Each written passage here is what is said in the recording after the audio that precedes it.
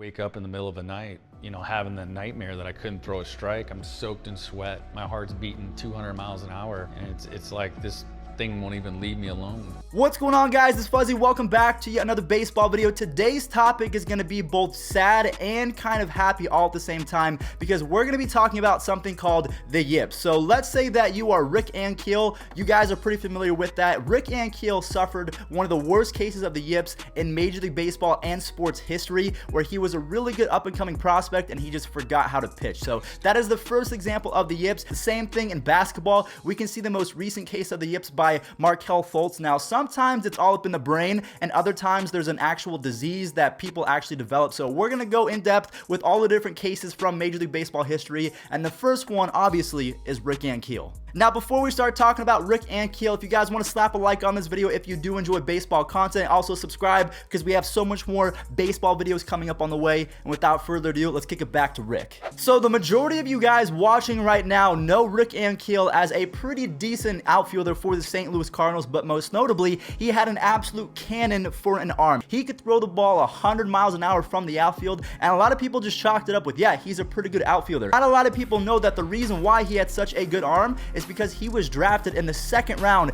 as a pitcher, and his first season, his rookie season with the Cardinals, actually really good enough to the point where he was the game one starter in the 2000 NLDS. He was that good. If we take a look at Rick Ankiel's stats from his rookie season to his sophomore year, we can see that he wasn't actually that bad. Honestly, he was pretty good. His strikeouts per 9 were insane at 10.6 and then 10, but the thing that we have to keep in mind is usually when you get the Yips, the first thing that goes is control. So what does that directly affect? Your walks per 9. So we can see that his rookie season, he walked about 3.8 hitters per 9 innings. His second season, 4.6, and then finally his last pretty much season as a full-time pitcher, a 9.4 walks per 9. But it all started, like I said, in game 1 of the 2000 NLDS. Rick Ankiel tied a record that we had not seen since 1890 by throwing 5 wild pitches in the span of not just one game, one inning. Rick Ankiel pretty much lost his fastball and lost his control in general. After that game was over, Ankiel went home and kind of thought to himself, what just happened? And he chalked it up to it was just a bad start. But the next time the Cardinals decided to put their trust in Rick Ankiel, this was in the NLCS. So these are even bigger stakes. And what did Rick Ankiel produce?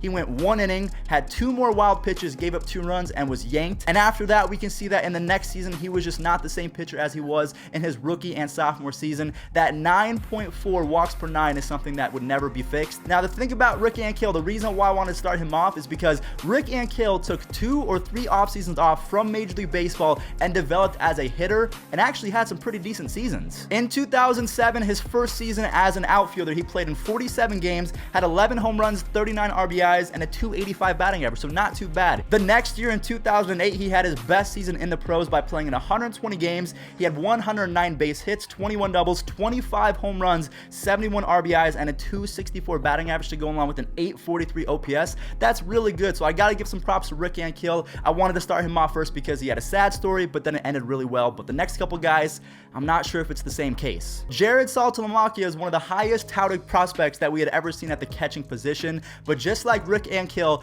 the Yips got to Jared. Now, if you think about it, he's a catcher, so how exactly does that work? Was he not able to throw the ball to second base to throw out runners? No, it was even worse than that. Jared Saltalamacchia got the Yips that unfortunately made it impossible for him to throw back to the pitcher. So the pitcher would throw a pitch, call it strike, ball, whatever it was, and then him throwing it 60 feet 6 inches back to the pitcher was almost impossible. There was once a point where Jared Saltalamacchia had 12 errant throws in one game. Now, this is insane because he had 5 that went to center field, he had 5 that pretty much went halfway to the pitcher. He just completely forgot how to throw 60 feet 6 inches. It got so bad that even though Jared Saltalamacchia was raking in the minors and that Rangers catchers were only averaging a 194 batting average in the pros, they still decided to keep Saltalamacchia down because he just could not get over the Yips. Both Jared Saltalamacchia and Markelle Fultz suffered from the same disease called thoracic outlet syndrome, which is a disease that causes your blood vessels between your collarbone and your first rib to crumple up together. So what does that mean? pretty much means that you can't feel your arm until those blood vessels are stretched back out, or you just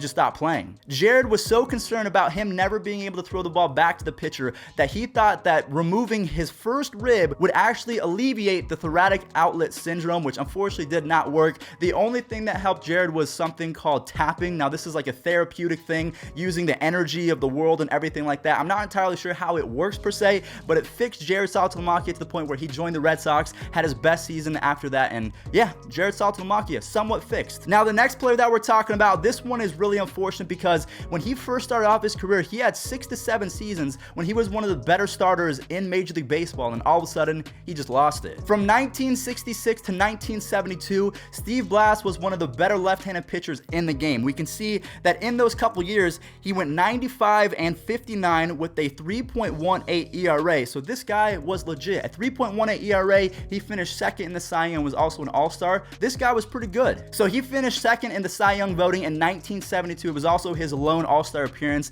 The next year, this is how fast the Yips can happen. The next year in 1973, his record went from 19 and 8 with a 2.49 ERA to a 3 and 9 win-loss record and a 9.85 ERA.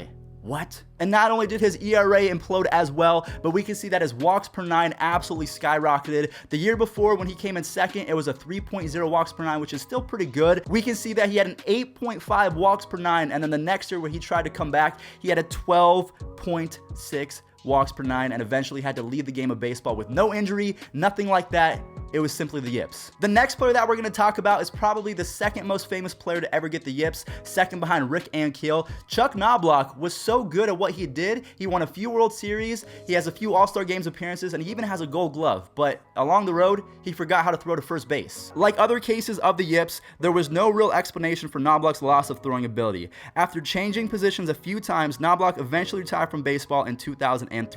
During his 12 seasons as a professional baseball player, he earned a Gold Glove and a Silver Slugger among his other achievements. So we can see that the Yips, it holds no bounds. It does not reserve itself just for pitchers or catchers. It really just finds anyone that is it just finds you. It's really weird. Chuck Knobloch was no scrub in the batter's box either. That's why this makes this case so much more interesting, is because he could no longer play second. They did not trust him, so they tried to move him to DH, the outfield, everything like that, because Knobloch in the batter's box, like I was saying, he was actually pretty good. He was also quick as well. He could steal you upwards of 60 stolen bases. At one point, he was pretty close to the 200 hit milestone with 197 hits back in 1996, the year that I was born. But again, just like the other cases, the Yips, it doesn't hold itself back. It finds you when you least expect it. Now, some people recover from it, some people don't. Unfortunately, Chuck could not deal with it. The Steve Sax syndrome has been used to describe second basemen who can't throw the ball to first base. So if you think about it that way, Chuck Knobloch had the Steve Sax syndrome, which is a little bit ironic. In the 9th inning of the Los Angeles Dodgers home opener, Sax threw the ball to home plate after Andre Dawson from the Montreal Expos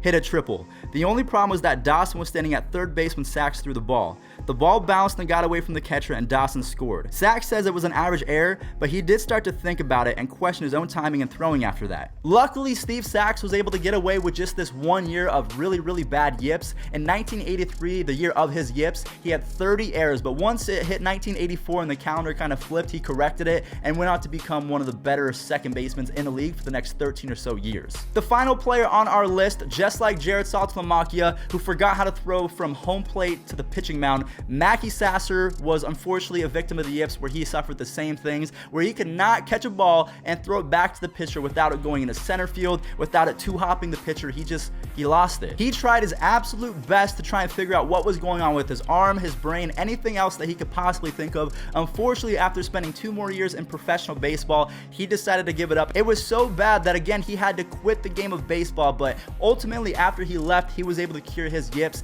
and his case is so strong from him having Yips to him not having Yips that he still is answering emails and still taking phone calls from players who are playing right now that are suffering from the Yips and just don't know how to throw a baseball anymore. So maybe if Markelle Fultz or any other player who is playing professional sports right now, if they suffer from the Yips, maybe you can give my guy Mr. Sassy a quick little email, because Sasseritis was a real thing. He suffered the Yips and his career ended from it. So guys, I hope that you enjoyed today's video. I know that it was a little bit of an eerie topic because some players did not come back from it, but we did see a few good feel-good stories where Rick Ankiel was able to come back as a player. We saw that Jared Saltalamacchia was able to get over it, as well as Steve Sax. Unfortunately, we see that guys like Mackey Sasser, Chuck Knobloch, and Steve Blass were unable to combat the yips. I know that they have had some pretty decent careers after baseball, whether it was working in the game of baseball or player development or just answering emails about how to correct the yips. I think that these guys are doing a good service for the game even though they're not completely involved with it. So guys, thank you all so much for watching. If you did enjoy today's video, make sure you guys slap a like on it, subscribe for more baseball content, and if you guys have any other ideas of videos that I should make, whether it's about the yips, steroids, anything that you guys can think of that is a bit creative,